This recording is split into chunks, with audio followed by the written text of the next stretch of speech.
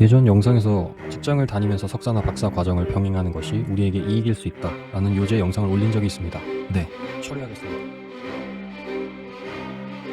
제가 공대나 전공적으로 이용을 하는지 모르겠지만 제가 이야기하고자 하는 분야는 인문, 사회과학 전공입니다. 사실 이전 영상에서도 대학원에서 학위를 취득하는 것의 타격이 그리 크지 않은 것 같다 라는 언급을 한 적이 있습니다만, 그때는 석사 학위를 취득하기 전 그리고 논문을 쓰고 있을 당시여서 멘탈이 매우 흔들리던 시기였기 때문에 조금은 부정적인 관점으로 이야기가 전개되고 말았습니다. 석사의 경우 졸업 후 약 2년이 지난 시점, 그리고 박사 과정은 시작 후 약 1년 반이 지난 이 시점에서 직장인의 대학원 진학에 대해서 허심탄회하게 얘기해 보도록 하겠습니다. 결론을 말씀드리면 인문학 그리고 사회과학 전공으로 석사나 박사 학위를 국내에서 취득하려고 하신다면 절망적이다, 이런 말씀 드리고 싶네요. 먼저 평범한 직장인인 제가 대학원에 진학한 이유를 말씀드릴게요. 첫 번째는 지적 호기심 때문이었습니다. 저는 공부하는 걸 좋아하기 때문에 회사 일과 관련 있는 주제의 공부를 계속한다면 지적 호기심을 충족할 수 있을 것이라는 기대가 있었습니다.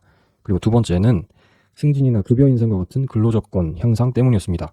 이 학사 졸업장만 보유하는 것보다는 최소 석사, 가능하다면 박사학위까지 취득해서 커리어를 개발해보려는 욕심이 있었습니다. 근데 이건 다른 영상에서 다루도록 하고요. 오늘은 첫 번째 지적 호기심에 대해서 얘기를 해볼게요. 일단 2년이 지난 지금 시점에서 제 생각은 180도 바뀌었습니다. 이 공부를 하다 보면 생각보다 나는 공부를 생각보다 그렇게 좋아하지 않는구나, 이걸 깨닫게 됩니다. 사실 이건 인문사회과학 전공 공부가 태생적으로 재미없어서이기도 합니다. 이 사회과학 전공을 공부할 때 가장 중요하게 여겨지는 게 선행연구거든요. 유명한 이론가 그리고 석학들의 이론들, 이게 중요하게 여겨집니다. 그래서 나만의 고유하고 독특한 이론을 정립하는 건 말도 안 되는 뻘소리가 되는 겁니다. 그래서 수많은 사회과학 전공 대학원생들이 처음에 논문을 쓸 때 경험하는 어려움은 내 맘대로 할 수 있는 게 아무것도 없다, 바로 이 사실에서 비롯되는 거죠. 예를 들어서 한 대학원생이 대회사원 영상을 시청하면 시청자의 삶의 만족도가 향상된다 라는 가설을 세웠다고 해봅시다. 이 지도 교수님한테 가서 이런 연구를 하고 싶습니다 라고 말하면 정말 개박살이 날 겁니다. 제일 먼저 듣게 될 지적은 그래서 선행 연구가 뭐냐, 이겁니다. 즉 내가 연구하고 싶은 연구 주제를 정하고 가설을 정립하는 이 모든 과정을 내 마음대로 할 수 없다는 겁니다. 내 연구를 뒷받침해 줄 수 있는 선행 연구가 반드시 존재해야 됩니다. 그러니까 이미 누군가가 검증하고 이론으로 정립한 내용을 바탕으로 그런 것들을 일단 요약 정리한 다음에 내 생각, 내 주장은 아주 극소량으로 아주 살짝 첨가할 수 있다는 겁니다. 그래서 내 논문이지만 내 생각, 내 주장, 내 아이디어는 거의 들어갈 수 없습니다. 그리고 내 논문이지만 내가 원하는 주제로 연구를 하는 경우도 많지 않습니다.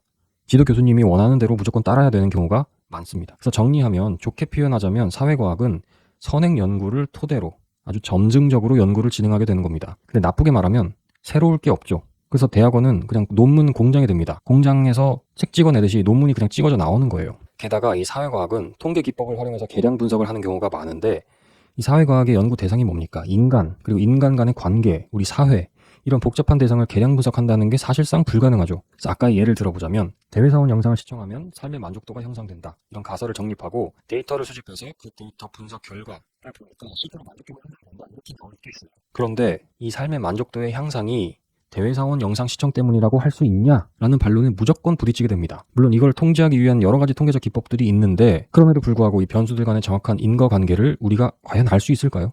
이렇게 복잡한데? 그래서 저는 늘 생각한 게 차라리 그냥 선행 연구에 그렇게 얽매이지 말고 그냥 데이터를 가지고 여러 가지 모델을 만들어보고 테스트해봐서 가장 합리적이고 타당한 원인을 유추하고 어떻게 미래를 예측하는 데 사용하는 게 더 유용하지 않을까라는 생각을 늘 해왔습니다. 근데 이렇게 하면 이제 학문적으로 어떤 함의나 의미가 없다라고 반론이 바로 들어오겠죠. 그리고 더 큰 문제는 이렇게 다양한 모델들을 만들어낼 충분한 데이터를 우리가 수집할 수 있느냐, 이런 문제도 있습니다. 데이터 수집하는데 엄청난 많은 시간과 비용, 에너지가 투입이 돼야 되거든요. 그리고 그런 데이터를 수집해서 얻어내는 이런 답들이 우리에게 얼마나 의미 있을 것이냐, 이것도 고려하지 않을 수 없죠. 대부분의 경우 그렇게 유의미한 답을 얻어내기는 쉽지 않기 때문입니다.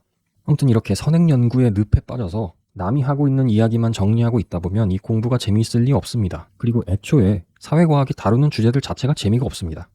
눈에 보이는 결과물이나 우리 삶과 밀접한 관련성이 떨어지기 때문이죠. 요즘이 어떤 시대입니까?